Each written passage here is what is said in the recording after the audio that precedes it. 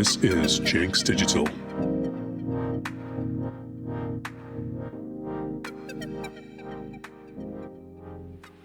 Hello everyone, my name's Jenks and this is my brand new podcast, Night Fever, where we'll be looking forward to the 25-26 season of the A-League as Auckland FC enter their second campaign.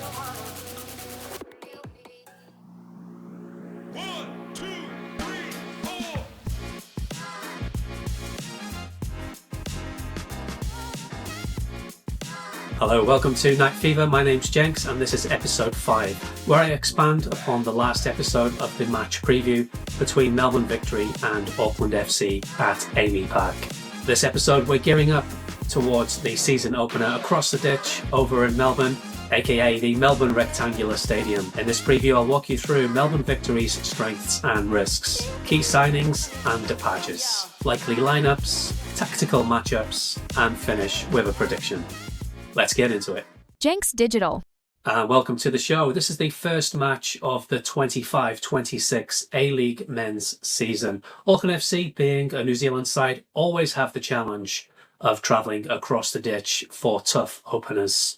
Melbourne Victory have a point to prove after falling short in the past finals, missing out on silverware. For Auckland FC, this is a statement match. Can the Black Knights land a result on the road and start the season with confidence? Taking a look at Melbourne Victory's pre-season and recent form. Victory had a solid pre-season. They recorded victories over Perth Glory, winning 1-0 and 3-0 in 2 friendlies. That suggests their attack is looking sharp. They also closed out a pre-season with a 3-0 win over Adelaide United in Mildura. Another friendly win, a 3-1 versus NPL side North Coast City, where Adama Traore scored twice and academy graduate Joshua and Sarah also got on the score sheet. These results signal that Victory are building momentum and confidence heading into the season. Taking a look at some of the transfers in and out for Melbourne Victory over the closed season. Dennis Genro, arguably their marquee signing, a Socceroos capped midfielder returning from Deportivo La Coruña on a 3-year deal. Juan Mata, the big headline, the Spanish attacking midfielder with a storied European career, brings his experience, creativity and flair. Matthew Grimaldi, winger and attacking midfielder who is versatile in attack, and Louis Dorigo and Keegan Jelicic, young Australian talents.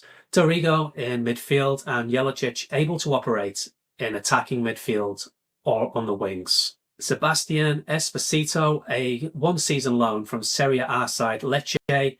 He is solid in defence and a significant coup. Jason Davidson returning, the left-back veteran, bringing experience to the defensive unit. Jack Wachowski, a young goalkeeper signing to provide depth in between the posts.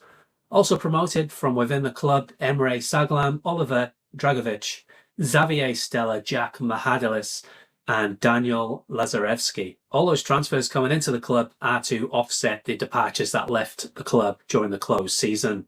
Mitch Langerak, he retired, the veteran goalkeeper, he's gone. Daniel Azani, key player for Melbourne Victory last season. We'll remember him in the semi-finals. I think he picked up a yellow card during that match at Mount Smart. He's left for Ferencváros of Hungary. Probably pronounced that wrong. Casey Boss transferred to Mainz 05 in Germany. His left-back departure will be a notable gap for the team. So something for Auckland FC to exploit going forward down their left side, our right. Ryan Teague, he shifted to Belgium. His midfield presence will be missed. Bruno Fornaroli, he's retired, but since come back to the club in a behind-the-scenes role.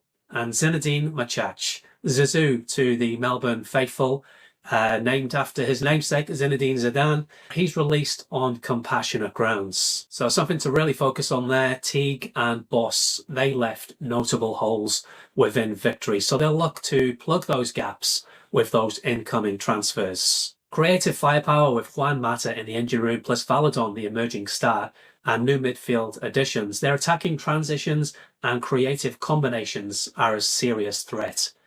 Experience and youth blend. Their roster now mixes seasoned pros, Miranda, Davidson, with younger energy, Dorigo, Esposito.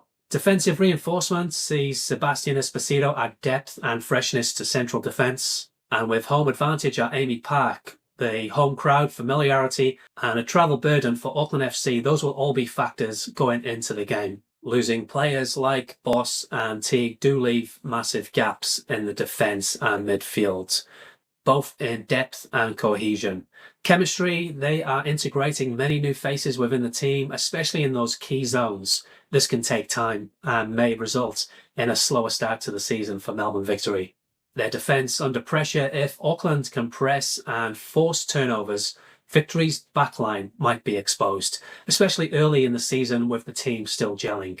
Inconsistency in big matches, and Melbourne have a history of falling short in finals. That mental hurdle could provide a burden. Victory player Miranda has spoken about avenging past final heartbreaks. Taking a look now at Auckland FC's key players and threats.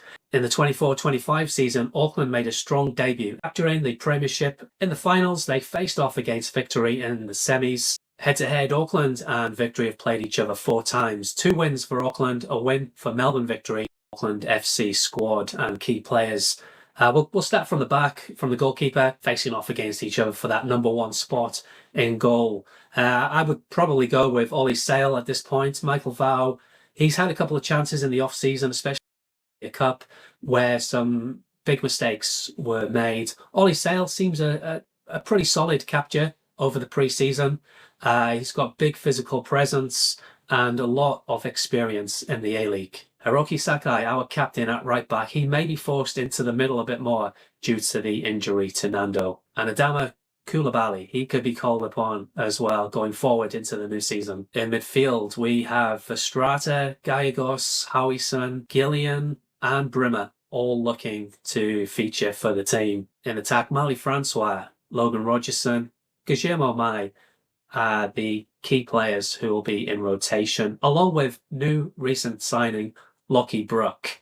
He signed from Real Salt Lake in August 25 and he'll look to become a regular starter for the Black Knights. And one of our most key signings, Sam Cosgrove, the Englishman who was last at Barnsley, he's now joined our ranks up front. A traditional number 9 who we missed a lot last season with those crosses coming in from the wings. Someone like Sam Cosgrove can be that focal point in scoring many more goals than what we did last time round. Looking at a little bit more of what each player brings.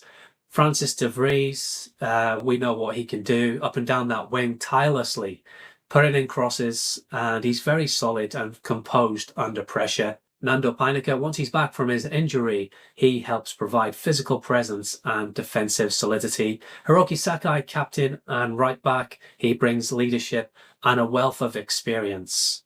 Jake Brimmer, he provides a creative influence in midfield and a connection to Victory, knowing their system. Cam Howison, steady midfield operator, helps with linking the defence and the attack. Gallegos, international experience, adds composure in the central zones. Verstrata, very solid and reliable in the middle of the pack. And Francois, a winger with pace and directness. Rogerson also on the wing, who has provided many goals and assists during the season. And Guillermo Mai, our reliable goal threat, proven scoring ability. Rounded off with Sam Cosgrove up front with a strong physical aerial presence.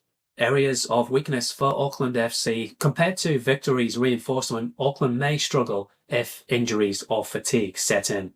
The challenge of constantly travelling across the Tasman and hostile environments could impact their game as well. Defensive pressure, they will need to manage Victory's creative midfield without opening the channels. Integration, new arrivals like Brook will need time to gel. With all that being said, the probable lineups for this weekend, of course, we won't know for sure until an hour before the match when the team list is released. For Melbourne Victory, probably looking at a 4-3-3 or 4-2-3-1 formation. In goal, Jack Wachowski might get the nod ahead to start. Defenders going from left to right. At left back, Jason Davidson, the experienced defender, he's good in one-on-ones. Roderick Miranda, a leader and organises the back line. He's reliable in set-piece defence. Sebastian Esposito, newly arrived from Italy, he needs to adapt but offers aerial strength and fresh legs. Josh Insera, he could start at right back. He offers energy going forward and defensively. He also scored pre-season, so he can offer a goal threat as well. Moving up the pitch to midfield, Dennis Genrau, a central midfielder, creative hub. He is a good link between the defence and attack. Louis Dorigo, box to box, he adds work rate and balance. Keegan Jelicic, attacking midfielder, flexible, can drift inside or wide. And Juan Mata, if he's selected to start, he is the creative fulcrum, pulling strings in the final third. Matthew Grimaldi on the wings, offering pace and penetration down the flanks. And Velupile, he's always offering a goal threat from his finishing. Moving on to Auckland FC's probable lineup, we could be looking at a 4-3-3 or 4-5-1 variation in formation. Ollie Sale is my pick to be the keeper between the posts, and we'll find out for sure an hour before kickoff when the team sheets are released. Defenders, let's go again, left to right. Francis de Vries at left back. Hopefully he comes back fresh from his international duty. He likes to attack down the left and defend solidly. He's up and down, putting in a lot of work. Dan Hall, physical, good in duels. He'll be our rock of defence for the season. Hopefully he stays injury-free this time round. Partnering Dan Hall, we may see Gerwood Reich coming in, or like we saw last time round, Sakai coming across into the middle with Elliott out at right back. Personally, I'd like to keep Hiroki on the right back position. Definitely more natural for him there. He balances the defence and the wide forays. In midfield, we should go with the trusty Gallegos and Verstrata. Working together, they kept a very solid midfield for us last year. Great link-ups between defence and attack. Out on the wing, we could see Marley Francois on the left and Rogerson on the right. We've got Brook now in the team, and I see him being a substitute for the first game, but then becoming a regular on the wing. So there'll be some rotation, I can imagine, between those three. Then the attacking midfielder / number 10 is going to be a toss-up really between Jake Brimmer and Guillermo Mai. Guillermo Mai, he's the goal poacher. He was a focal point last season. And the creative brilliance of Jake Brimmer in attacking midfield, he's got that spark, that link-up play. He can really slow the game down when Brimmer's on the ball, help the team get into position. I feel that the coach will go with Mai to start, so it's quite hard to have both Mai and Brimmer in the same lineup because Brimmer and Mai, they like to come deep to get the ball, to bring it forward. Now we've got Cosgrove in the team. He'll be our out-and-out striker. So it'll be a toss-up between Mai and Brimmer, I would say, for central attacking midfielder / number 10, that link up with Cozzy up front. So just a quick recap of the players' strengths against Auckland FC this coming weekend. Jason Davidson, veteran left back, steady defensively and useful on overlaps. Miranda, a calm leader, organises the backline and good under pressure. Esposito, his tall presence, strong, he brings fresh energy into defence. Insera at right back, energetic fullback, he supports attack and tracks back very well. Genrau, the creative midpoint, orchestrates play. Dorigo, industrious engine, working box to box. Jelicic, versatile attacker, he can drift between the wing and midfield. Juan Mata, world-class experience in vision and playmaking. Grimaldi, he's a pacey winger, stretching defence, and Velupile, clinical finisher, dangerous in the box. For Auckland FC, those key players again, De Vries, steady presence, left back, defending and going forward. Hall, robust in those duels, clearances and aerial strength. Sakai, experienced captain, reliable on the right flank. Brimmer, creative playmaker, he knows Victory's style. And Gallegos, stability, composure and distribution in midfield. Francois, if selected by the gaffer, he'll be a good direct winger, very good on 1v1s. Rogerson, Brook, either one of those could be starting with pace and attacking threat from both. Mai, he's that focal striker, finishing instinct. And Cosgrove, of course, that tall, strong physical presence, that target man that we missed last season round. The areas of the pitch and matchups to keep an eye on, the midfield battle will be crucial. If Auckland can disrupt the tempo of Mata, General and Dorigo, they'll reduce Victory's creative control. Pressing and transitions, Auckland should seek to press Victory's backline early, forcing errors or hurried passes, especially before full cohesion sets in.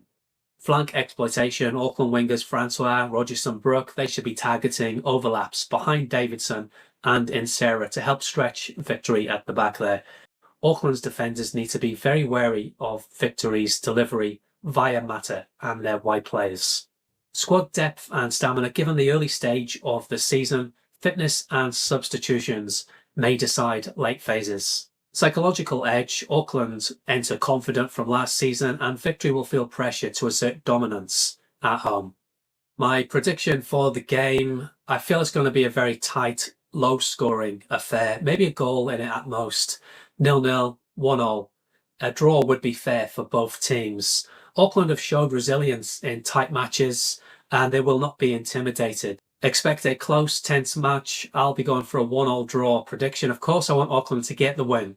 But coming back from Amy Park with a point is not too bad of a start to the season. I expect both teams to score, Auckland via a quick transition or a set play, but Victory likely to edge more chances, yet without blowing Auckland away. It'll be a good game for Auckland if we can keep it tight for 70 plus minutes, get a goal and show some attacking ambition, not letting momentum swing too much in Victory's favour. Alright, that wraps up our episode 5, an expanded look at the match preview of the season opener, Auckland FC away to Melbourne Victory. Be sure to tune in post-match where I'll have a reaction to the game and see what it means for the season going ahead. Up the Black Knights, and until next time, goodbye for now.